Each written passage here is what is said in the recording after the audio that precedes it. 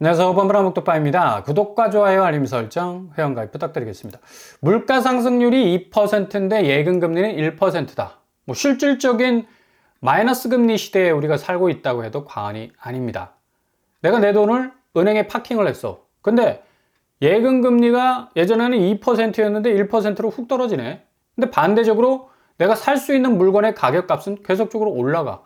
이렇게 되면 물가 부분에 대한 어떤 압박감 굉장히 심해지고요. 그리고 내가 내 돈에 대한 어떤 화폐 가치 굉장히 상대적으로 떨어질 수밖에 없는 그런 마이너스 시대에 우리가 살고 있다 해도 과언이 아니라고 볼 수가 있습니다. 실질적으로 시중 5대 은행, 국민은행, 신한은행, 하나, 우리, 농협 2023년 4월에서 2025년 4월 예금 금리를 비교를 해봐도 한눈에 쏙 하고 들어오고 있죠.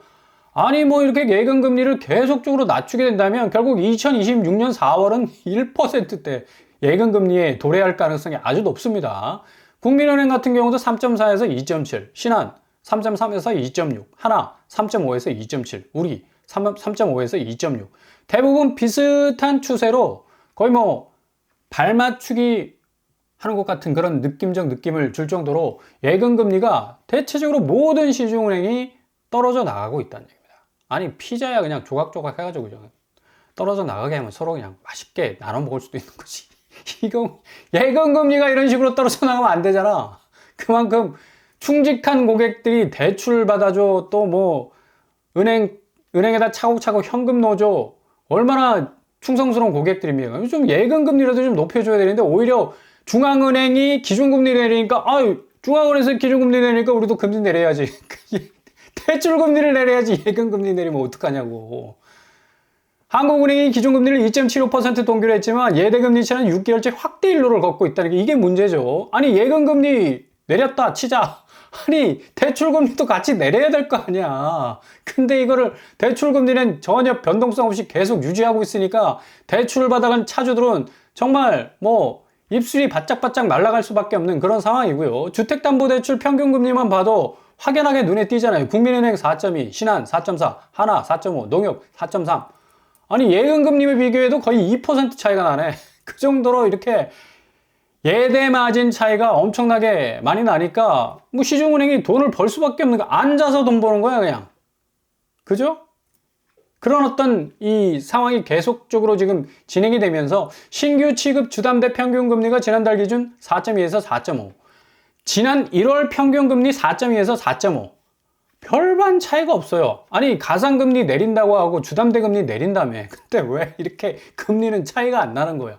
아니 그냥 주담대 금리 내린다고 하면 개미 눈곱만치 내립니다. 거의 표시가 안 날 정도인데 아무리 코픽스가 6개월 연속 하락해서 변동금리 내려간다고 나발을 불어도 이게 체감적으로 와닿지를 않는데 이게 피부에 느껴지는 온도가 전혀 변하지 않는다는 걸 고스란히 느낄 수밖에 없는 거고요. 이런 이유 때문에 지금 한국은행이 계속적으로 기준금리를 꽉 붙잡고 있지 않습니까? 삿바 딱 붙잡고 있듯이 그냥 부들부들 떨리는 손으로 기준금리 인하하지 않기 위해서 딱 동결 수순으로 가고 있는데 한국은행 입장에서는 공식적으로 기준금리 인하 사이클 계속적으로 가야 함에도 불구하고 환율금리 때문에 불안정한 어떤 이런 상황을 좌시하지 못해서 계속적으로 지금 동결 상태에 이르고 있습니다. 예금 금리는 내리고 대출 금리는 더 오르는 아주 기이한 현상들이 이런 어떤 분위기 때문에 계속적으로 지금 진행이 되고 있다는 얘기죠. 특별히 농협은 예대금리차 넘버원. 이거 어떻게 보면 좀 불명예스러운 일이 아닙니까? 예금 금리가 클수록 이자 장사로는 은행이 벌어가는 엄청난 수익, 몇 조가 순식간에 앉아서 그냥 벌어들이는 그런 어떤 수익 구조를 만들어 버린 건데 5대 시중은행 예대금리차 추이를 보시면 이 NH농협이 압도적으로 높은 걸 볼 수가 있죠. 2월까지 국민은 1.33, 우리가 1.3, 신한 1.4, 하나은행 1.4, 농협이 1.47을 찍었습니다. 미세한 변화인 것 같지만 이거 약간의 소수점 변화라도 금리 부분에 있어서는 상당히 이게 다 현금화될 수밖에 없는 그런 수치이기 때문에 굉장히 어떤 이 예대금리 차의 어떤 차이를 점점점 늘려가는 농협의 모습을 볼 수가 있습니다. 이 와중에도 농협은 가상금리 0.1포인트를 더 인상을 하고 있습니다. 비용 상승 고려하는 측면에서 이렇게 뭐 가상금리를 올린다고 하지만 뭐 또 28일부터 가상금리 변동성을 다시 새롭게 적용할 것으로 보이고요. 내일부터 뭐 당장 시작이 될 것 같죠. 아무튼 이런 어떤 분위기는 우리나라만 지금 이어지고 있는 것이 아니라 중국도 마찬가지입니다. 중국 기준금리가 6개월 연속 동결됐습니다. LPR 1년물이 3.1%. 이게 중국도 지금 경기 침체가 계속적으로 가속화되고 있기 때문에 어느 정도 금리를 좀 내려줘서 경기 부양을 좀 만들어 가야 하는데 중국도 여의치 않은 거라. 이 상황에서 기준금리 내려버리면 이거 달러 강세와 더욱더 격차가 벌어질 수밖에 없기 때문에 상당히 경제적으로 부담을 느낄 수밖에 없는 거고요. 이거 시작은 중국도 부동산이었다. 결국에 이 LPR은 주택담보대출 기준이 되는 금리입니다.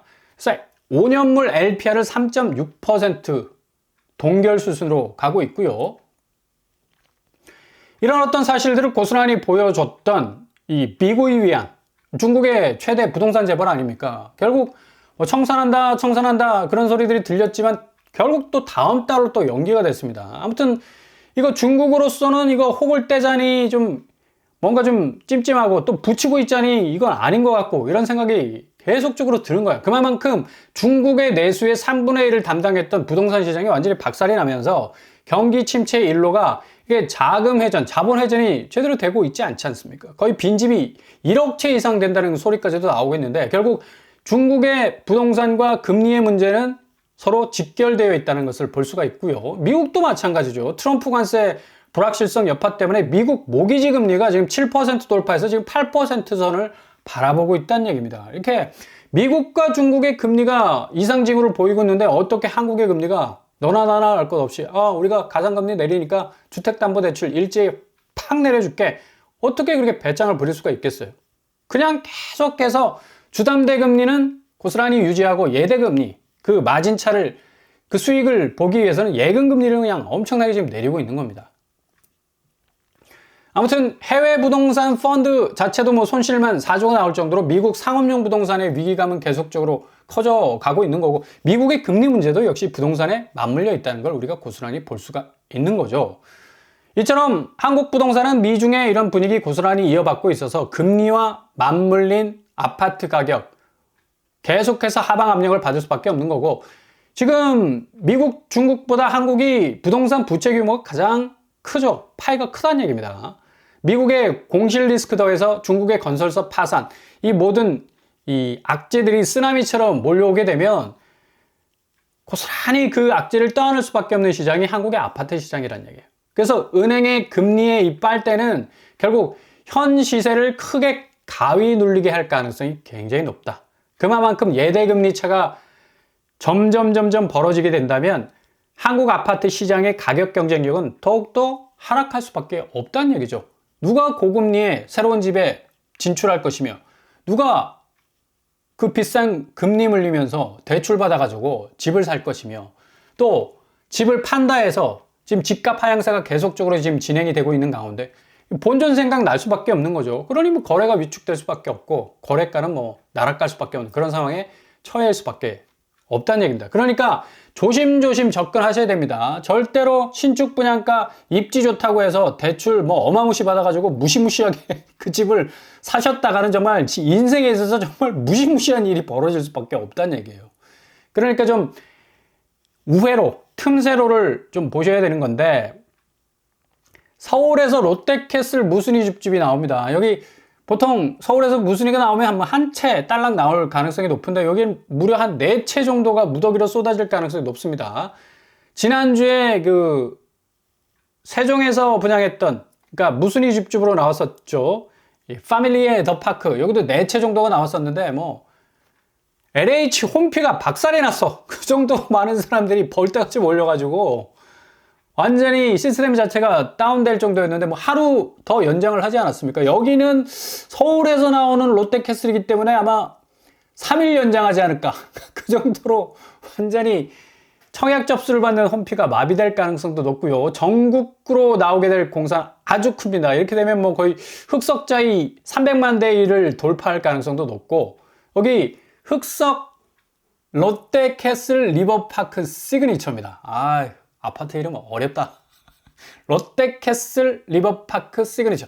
영동대교만 딱 건너면 뭐 강남 접근성 뭐 끝내주고요.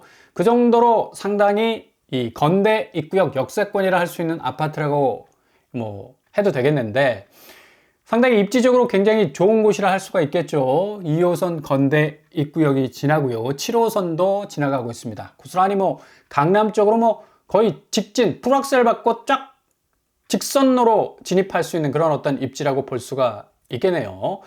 뭐 단지 배치도 상당히 뭐 참하게 잘 구성이 된 것 같습니다. 서울의 아주 빡빡한 이 땅값, 그래도 어느 정도 효율성 있게 잘 골라서 자리를 잡은 것 같고요. 평면도 역시도 뭐 가장 또 기본형의 어떤 모습을 가지고 있는데, 무엇보다도 뭐 서울 아파트는 일단 입지가 또 중요한 거니까, 일단 지하철 2호선, 7호선, 환승역, 건대역 입구까지 뭐 한 580m 정도 걸리고요. 학구는 도보로 한 8분 거리에 경수 초중고등학교, 신양중학교, 광남고등학교 등등등. 그리고 생활 편의시설은 롯데백화점, CGV, 그리고 이마트 등등이 포진해 있습니다.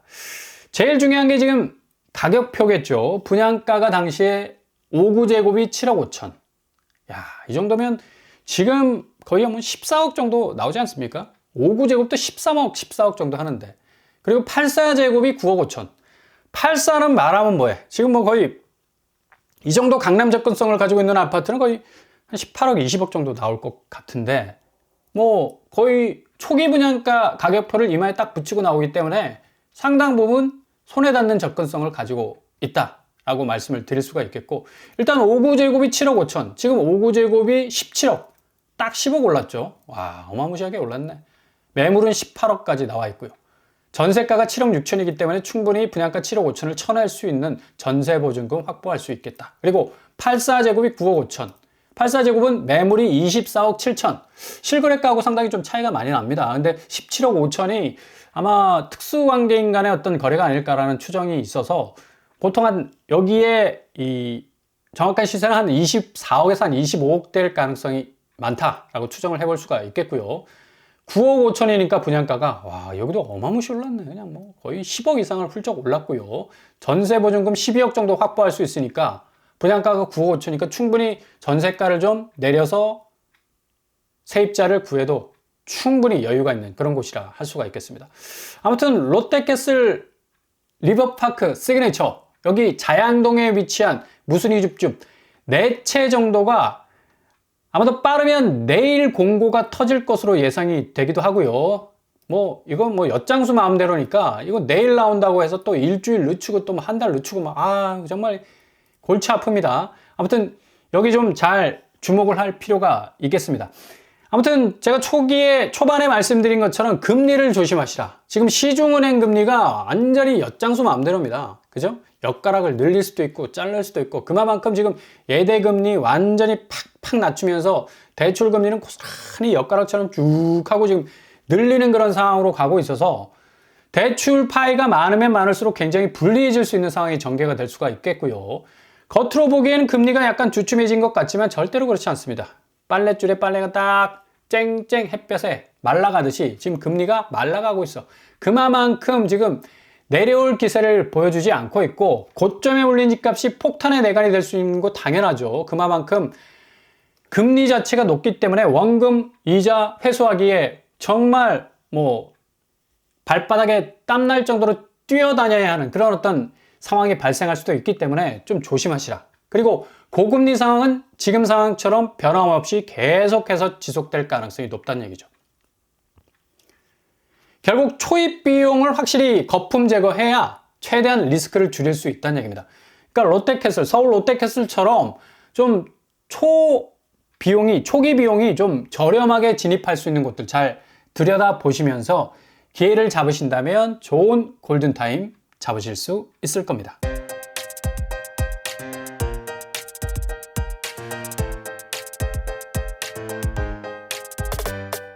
오늘의 부동산 캐릭터죠. 지금 뭐 가상금리 시중은행에서 내린다고 하지만 체감적으로 느껴지는 금리는 상당 부분 얼어붙어 있다. 여전히 주담대 금리는 고점에 물려 있고 예금금리만 죽으라고 패고 있습니다. 한 놈만 패고 있어. 그만큼 지금 은행이 수익성 확보하기 위해서 눈이 벌건 상태인데, 이 상황에서 내가 오판해가지고 대출 파일을 좀 많이 받게 되면 굉장히 곤란해질 수가 있어요. 그러니까 정말 저공 비행을 하시되 초기 비용이 상당히 좀 저점에 들어갈 수 있는 그런 어떤 기회를 확보하는 것이 최대한 리스크를 줄일 수 있는 방법이 될 수 있을 것 같습니다.